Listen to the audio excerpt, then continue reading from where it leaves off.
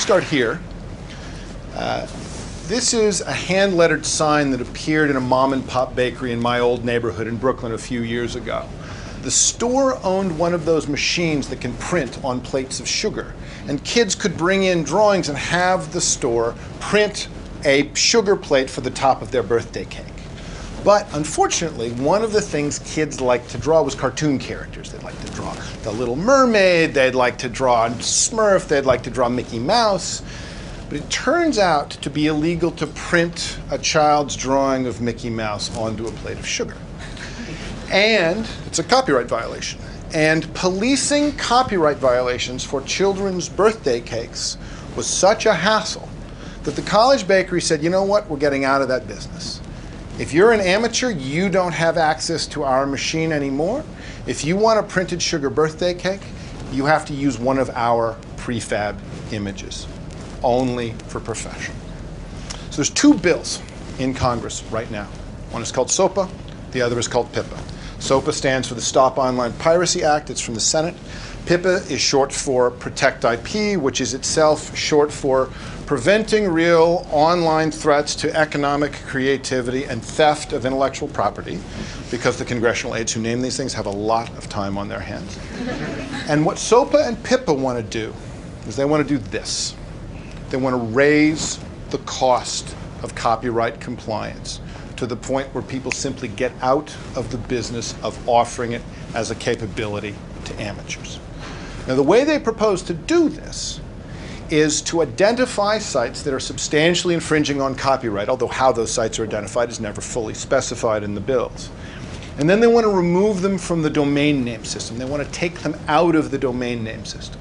Now, the domain name system is the thing that turns human readable names like Google.com into the kinds of addresses machines expect, 74.125.226.212. Now, the problem with this model of censorship, of identifying a site and then trying to remove it from the domain name system, is that it won't work.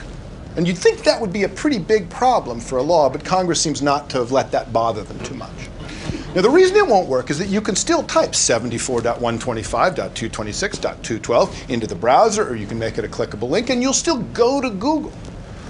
So the policing layer around the problem becomes the real threat of the act. Now, to understand how Congress came to write a bill that won't accomplish its stated goals but will produce a lot of pernicious side effects, you have to understand a little bit about the backstory. And the backstory is this. SOPA and PIPA, as legislation, were drafted largely by media companies that were founded in the 20th century. The 20th century was a great time to be a media company because the thing you really had on your side was scarcity.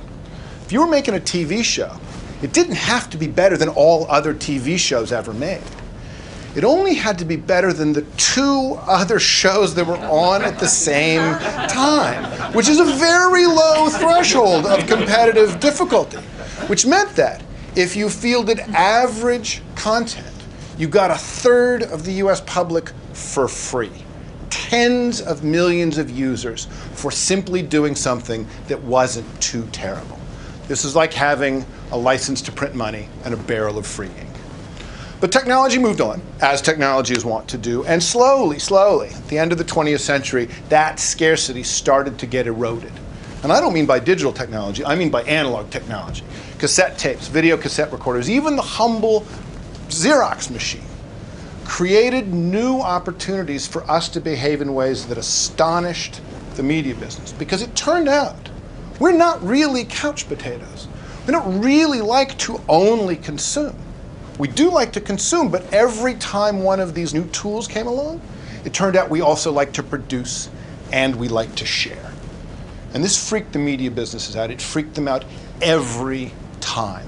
Jack Valenti, who was the head lobbyist for the Motion Picture Association of America, once licensed the ferocious video cassette recorder to Jack the Ripper and poor, helpless Hollywood to a woman at home alone. That was the level of rhetoric. Right? And so the media industries begged, insisted, demanded that Congress do something. And Congress did something. By the early 90s, Congress passed the law that changed everything. And that law was called the Audio Home Recording Act of 1992.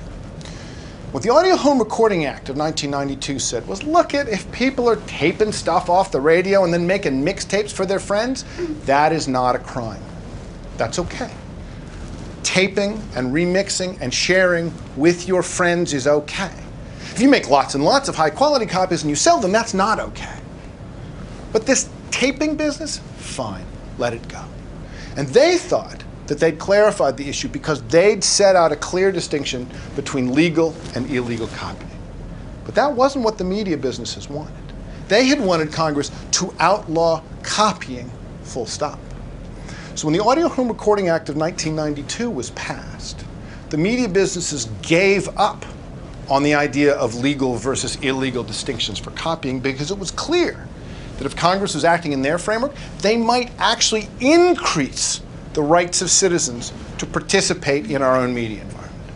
So they went for Plan B. It took them a while to formulate Plan B. But Plan B appeared in its first full-blown form in 1998, something called the Digital Millennium Copyright Act. It was a complicated piece of legislation, a lot of moving parts.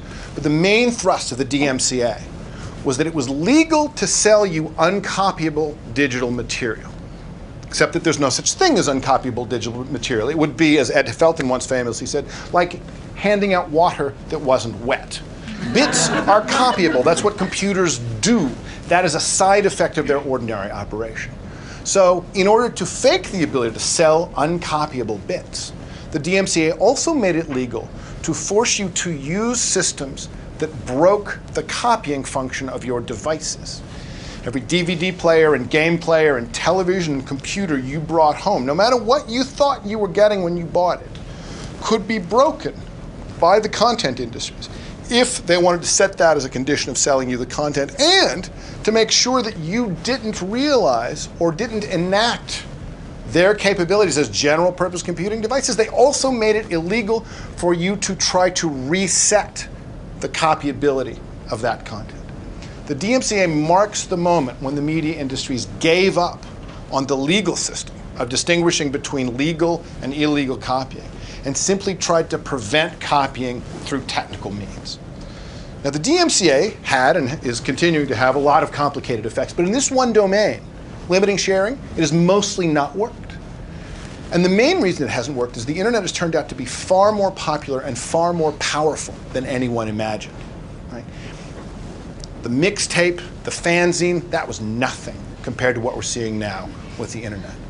We are in a world where most American citizens over the age of 12 share things with each other online. We share written things, we share images, we share audio, we share video. Some of the stuff we share is stuff we've made. Some of the stuff we share is stuff we've found. Some of the stuff we share is stuff we've made out of what we've found. And all of it horrifies those industries. So PIPA and SOPA are round two. But where the DMCA was surgical, we want to go down into your computer, we want to go down into your television set, down into your game machine, and prevent it from doing what they said it would do at the store. PIPA and SOPA are nuclear. They're saying we want to go anywhere in the world and censor content. Now the mechanism, as I said, for doing this is you need to take out anybody pointing to those IP addresses. You need to take them out of search engines. You need to take them out of online directories. You need to take them out of user lists. And because the biggest producers of content on the internet are not Google and Yahoo, they're us. We're the people getting policed. Because in the end, the real threat to the enactment of PIPA and SOPA is our ability to share things with one another. So what PIPA and SOPA risk doing is taking a centuries-old legal concept, innocent until proven guilty, and reversing it. Guilty until proven innocent. You can't share until you show us that you're not sharing something we don't like. Suddenly, the burden of proof for legal versus illegal falls affirmatively on us and on the services that might be offering us any new capabilities. And if it costs even a dime to police a user, that will crush a service with 100 million users. So this is the internet they have in mind. Imagine this sign everywhere. Except imagine it doesn't say College Bakery. Imagine it says YouTube and Facebook and Twitter. Imagine it says TED, because the comments can't be policed at any acceptable cost. The real effects of SOPA and PIPA are going to be different than the proposed effects. The threat, in fact, is this inversion of the burden of proof, where we suddenly are all treated like thieves at every moment we're given the freedom to create, to produce, or to share. And the people who provide those capabilities to us, the YouTubes and Facebooks, the Twitters and TEDs, are in the business of having to police us or being on the hook for contributory infringement. There's two things you can do to help stop this.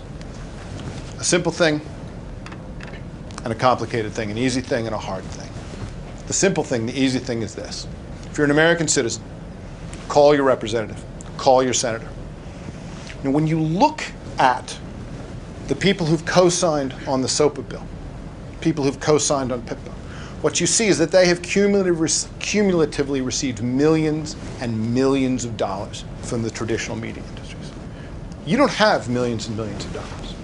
But you can call your representatives, and you can remind them that you vote, and you can ask not to be treated like a thief, and you could suggest that you would prefer that the internet not be broken. And if you're not an American citizen, you can contact American citizens that you know and encourage them to do the same. Because this seems like a national issue, but it is not. These industries will not be content with breaking our internet. If they break it, they will break it for everybody. That's the easy thing. That's the simple thing. The hard thing is this. Get ready, because more is coming. SOPA is simply a reversion of COICA, which was proposed last year, which did not pass. And all of this goes back to the failure of the DMCA to disallow sharing as a technical means. And the DMCA goes back to the Audio Home Recording Act, which horrified those industries. Because the whole business of actually suggesting that someone is breaking the law and then gathering evidence and proving that, that turns out to be really inconvenient, right?